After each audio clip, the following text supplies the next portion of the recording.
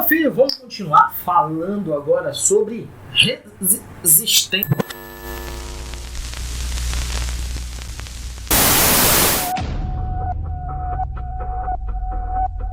Atenção, alunos. Esse é o vídeo de resistência.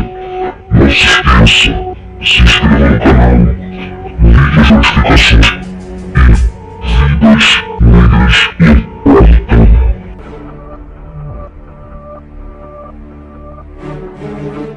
Então vamos lá para a nossa segunda aula falando sobre resistência. Bom, mas não é essa resistência que estou falando, não tem nada a ver com anônimos.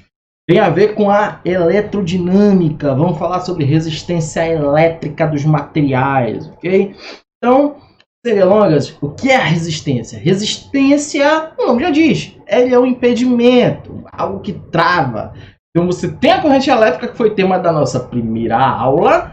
Falamos sobre corrente elétrica, né? Definimos, tal, e aqui nós falamos sobre a resistência dos materiais. Então, os materiais eles apresentam uma dificuldade ao fluxo normal de carga elétrica. Tudo bem? Então, essa dificuldade nós chamamos isso de resistência elétrica. Então, você tem aqui uma representação.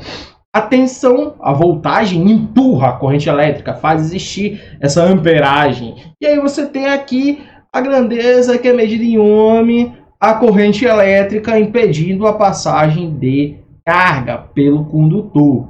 Beleza? Como isso acontece? Vamos ver.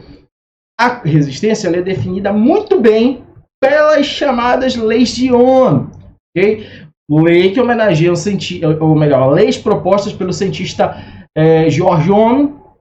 E como é que são essas leis? Bom, a primeira lei ela diz o seguinte: a corrente elétrica que flui em um condutor chamado condutor de resistência ohmica, ok?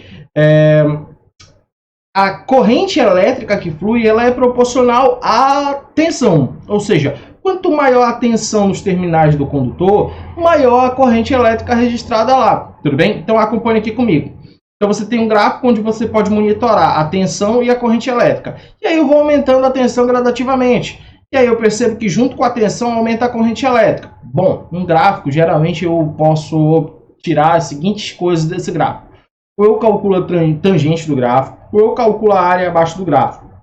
A área abaixo desse gráfico não tem significado físico nenhum. Mas se eu calcular a tangente, ou seja, o coeficiente linear, eu percebo aí que eu tenho uma grandeza chamada resistência, que é justamente a tangente desse gráfico, ou seja, o cateto oposto, que é a tensão, dividido pelo cateto adjacente a esse ângulo, que é a corrente elétrica. 1 volt por ampere significa 1 ohm. Okay? Essa unidade representada por essa ferradurinha, símbolo do deus da guerra. Então, o ômega maiúsculo é o símbolo da resistência elétrica, beleza? Então, seguindo aí, segunda lei de Ohm. Essa aula vai ser rápida, porque o aprofundamento dela é mais à frente, tem que acompanhar os outros vídeos aí. Então, a resistência elétrica, na segunda lei de Ohm, tu tens o seguinte, aí já vai depender do material, certo? Então, a resistência do material ela é tão maior quanto for o comprimento desse condutor, ou seja, ela é diretamente proporcional ao comprimento e inversamente proporcional à área da seção do condutor. Ou seja, fio fino tem resistência alta, é difícil passar corrente elétrica por aí. Fio grosso tem resistência baixa, é fácil passar resistência elétrica por ele. Tudo bem? Então, como há proporcionalidade, existe uma constante de proporcionalidade aqui, que é essa letrinha, que é representada por essa letrinha, o ρ. Ela é uma qualidade físico-química do material, ou seja, a resistividade. Resistividade é uma constante dentro de um certo intervalo de temperatura. Obviamente, se você aumentar a temperatura, você muda a resistividade. Alguns materiais aumentam, outros diminuem. Tudo bem? Então, isso varia muito. Por exemplo, resistores dependentes de luz, tem uns que aumentam, outros que diminuem. Então, mas isso é tema para outra aula. Okay? Então, o que eu quero falar hoje é sobre resistência. Resistência é definida pela primeira e pela segunda lei de Ohm. Certo? Beleza? Então, a primeira lei diz que a diferença de potencial ela induz a corrente elétrica, ou seja, a corrente elétrica ela é proporcional à diferença de potencial. quociente é a resistência. Essa resistência, na segunda lei, ela é diretamente proporcional ao comprimento do condutor e inversamente proporcional à área desse condutor. Ok? Então, para fechar, a gente tem aqui o seguinte, duas tabelinhas, uma falando sobre a resistividade dos materiais e outra falando sobre os fios do mercado. Então, a prata, ela tem a resistividade de 1,6 vezes 10 elevado a menos 8, ou seja, se eu comparar a resistividade da prata e do alumínio, o alumínio ele tem uma resistividade maior, ou seja, ele é um condutor ruim, se comparado com a prata. Tudo bem? Então, veja, comparando a resistividade do alumínio, o alumínio tem 2,8 vezes 10 a menos 8. A prata, 1,6. Resistividade menor, condutividade maior. Já o ouro tem a resistividade de 2,4, ou seja, ele é um condutor melhor que o alumínio, só que ele é um condutor pior do que a prata. A prata conduz mais eletricidade do que o ouro. Pensa, é nobre, vai conduzir melhor? Não, a prata conduz mais eletricidade do que o ouro, porque o ouro tem uma resistividade maior, certo? Se eu comparar a resistividade do cobre com a prata conduz até mais eletricidade do que o cobre. Olha só, nossa fissão de cobre, né? O vidro ele tem uma péssima, aliás, uma altíssima resistividade. Olha, o expoente dele já é positivo, ou seja, ele é muito isolante. O vidro é isolante até certo ponto. O chumbo ele tem uma resistividade, ó, agora detalhe, 10 a menos 7, 10 a menos 8. Ou seja, se você tem um expoente maior, isso quer dizer que tu é mais resistivo.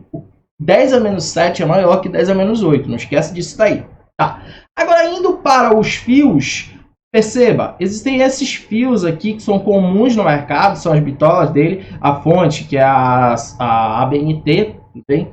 As normas técnicas brasileiras, né? Associação Brasileira de Normas Técnicas, e você tem a norma brasileira para fios e cabos aqui. Então você tem fios de 1 milímetro, não é exatamente isso, né? Então a gente tem, por exemplo, essas medidas aqui, essa régua que ela determina aí as bitolas de alguns fios, bem, e inclusive mede algumas resistividades. Então tens o fio de 1 milímetro, 1,5 milímetro, 2,5, 4, 6 e 10. 10 milímetros. E 10 milímetros é um fio caro pra caramba. Se tu fizer as continhas aí dos fios geralmente de cobre, eles permitem o quê? Se você tiver 1 milímetro e eu tiver algo ligado que vai até 12 amperes, 1 milímetro dá. Tipo uma tomada de casa. Até 10 amperes. Tudo bem? 10 amperes é geralmente corrente que passa tomadas baixas. Já algumas tomadas, como por exemplo de um chuveiro elétrico. O chuveiro elétrico ele precisa de 20 amperes. Então você já vai aqui, ó, usar um fio de 2,5 milímetro para frente, tá? Ah, quero mais segurança. Uso de 4. De 4 ele pega até 28 mA. Ok? Ah, mas se eu quiser instalar ar-condicionado. O ar-condicionado tem 30 amperes. Ok? Então, ar-condicionado eu vou instalar um fio de 6 milímetros ou de 10 milímetros. Se eu instalar o ar-condicionado no fio de 1 milímetro, o que é que vai acontecer? Pipoco, mano, velho. Não faz isso. Ok? Então, isso daí, presta atenção, dá um print, estuda várias vezes isso. O diâmetro dos fios influencia na resistência e influencia automaticamente na passagem de corrente elétrica. Você tem aí fato geométrico influenciado pela segunda lei, que é influenciado pela primeira lei. Beleza, gente? Tranquilo aí? Então, resistores. Falando aí dos resistores. A gente tem geralmente resistores muito comuns, esses aparelhinhos aqui que você encontra. Alguns cerâmicos, outros não, uns de baixa potência, outros de alta potência. Mas os resistores, em geral, são representados por esse símbolozinho aqui, ó. Então você vê em circuitos elétricos, esquemas que caem no teu vestibular, a representação ou por caixinha, que é a representação europeia, e a representação norte-americana, que é essa representação aí por esse tremulado, representando que o resistor é o aparelho que tem resistência.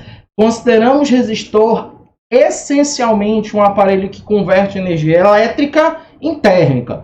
Só que todos os nossos aparelhos convertem um pouquinho para energia térmica. Então consideramos resistores também, beleza? Só que o resistor puro, ele converte energia elétrica em térmica e ele faz o controle de corrente elétrica através da resistência em uma fonte de tensão constante. Geralmente ligamos resistores em fontes de corrente contínua. Correntes alternadas, geralmente, embora o resistor não tenha polaridade, geralmente queimam o resistor aí, ok? Seguindo aí, nós temos alguns tipos de resistores que são muito importantes, como o resistor variável ou o reostato. O reostato não, esse daqui é o potenciômetro, ok? Então aqui, num outro momento, eu vou te mostrar como o potenciômetro, que é um resistor variável, ele regula o brilho de uma lâmpada, por exemplo. Então vejam, a chave do ventilador de vocês, do chuveiro elétrico de vocês, tem esse tipo de resistor de resistência variável. E aqui você tem as representações de resistências variáveis.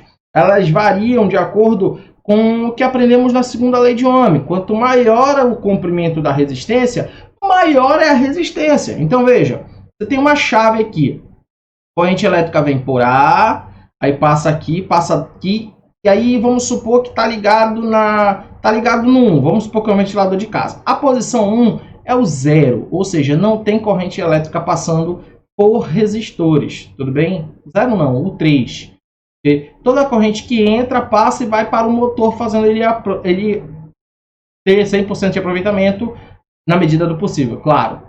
Então, toda a corrente elétrica vai para dentro do motor, parte dela é convertida no motor em energia cinética e parte é liberada de volta para o circuito. Mas se eu ligar aqui na posição 2, a corrente ela entra por aqui, passa pela posição 2 e passa por uma resistência antes de entrar no circuito. E aí o que vai acontecer? Essa resistência vai baixar um pouquinho a corrente elétrica, que vai baixar o que a gente vai chamar de potência depois. Okay? No 3 já passam por 2 resistências, no 4 já passam por mais resistências aqui, por 3 resistências. E assim sucessivamente. Quanto mais resistências essa corrente encontrar, menor vai ser o fluxo, ou seja, vai ter que ser uma quantidade de carga em um tempo maior, e você vai ter uma diferença na potência, que vai influenciar ou em brilho ou em velocidade, mas isso tu vai ver no vídeo 3 e 4, ok? Seguindo aí, tu tens o reostato, que é um resistor variável também, só que esse resistor variável geralmente nós utilizamos em laboratórios, tudo bem? Onde você tem a variação dessa corrente elétrica aí por mínima modificação do tamanho, do comprimento do resistor. Esse reostato nós utilizamos como um aparato experimental para comprovação, inclusive, da segunda lei de Ohm. Okay? É um tipo de resistor variável. Então nós temos os resistores comuns, os resistores variáveis, okay? Sendo que dos resistores variáveis vamos citar aí potenciômetros e reostatos. A representação são diferentes, tudo bem? Geralmente nos circuitos nós temos mais a presença de potenciômetros do que reostatos, porque reostatos geralmente são laboratório. No caso de um chuveiro elétrico não é reostato, é potenciômetro que você tem ali, ok? E você tem alguns resistores especiais, como por exemplo o resistor dependente de luz, o LDR. Tudo bem? A resistência ela pode ser alta ou baixa, dependendo do tipo de RDL que se utiliza. Tudo bem? E você também tem esse aqui é o RDL, tá? E você tem o termistor. Para entender uma coisa, esse RDL você encontra, por exemplo, na tela do seu celular. Então olha só, bem aqui na tela do meu celular tem um pontinho, certo? Então você está vendo aqui esse pontinho. Bem nesse pontinho aqui, um lado você tem o LED, o outro lado você tem aqui, ó, o RDL. Ele regula, por exemplo, o brilho da tela. Então, por exemplo, quando tu manda uma mensagem de áudio no WhatsApp, aí tu cobre a parte de cima sem querer, pronto, travou a tela. Por quê? Porque foi regulado pelo RDL. Tá? Ele faz com que quando tu encosta, ele diminui o brilho. Quando tá ali, o brilho é automático, ele põe mais brilho para noite, menos brilho para noite e mais brilho para durante o dia. Tudo bem? Esse é o RDL. Então você tem aqui, ó, no ponto do celular, o sensor de luz. E você tem o termistor, um resistor diferenciado, um resistor que ele é sensível às altas e baixas temperaturas. Então o termistor você encontra, por exemplo, dentro do carro, do motor do carro. Ele serve para o controle de temperatura. Então, no carro você tem no painel algumas coisas que você tem que levar em consideração. Uma delas é a leitura do termistor, que está aqui, ó. Teu carro ali deve funcionar normalmente entre 90 graus Celsius e 100. Abaixo de 100 graus Celsius para que a água lá dentro não ferva. Tudo bem? E aí esse controle é feito através do termistor, que vai regular ali, ele geralmente vai estar no meio está uma boa temperatura. Acima, teu carro ele vai ter problema, abaixo ele também não vai estar um funcionamento muito bom. Então o carro aquece e o termistor faz a regulagem. Quando o termistor perceber uma temperatura, ele ativa o sistema de refrigeração do carro para baixar a temperatura e mantê-la constante. Beleza, gente? Então, esses são os resistores especiais que nós temos, que a resistência muda de acordo com alguns fatores. Mas nós vamos estudar mais aprofundadamente os resistores comuns, que serão associados. Mas isso você vai ver nos próximos vídeos. Não te esquece de te inscrever no canal, liga a notificação e você vai receber aí os novos vídeos que durante a semana vão ser postados. Ok? Então, não te esquece. Aí o link do canal, se inscreve e toca para frente. Compartilha esse vídeo aí com os teus amigos também para que saibam que esse trabalho aí existe. Beleza, gente? Então, te vejo no próximo vídeo sobre potência elétrica.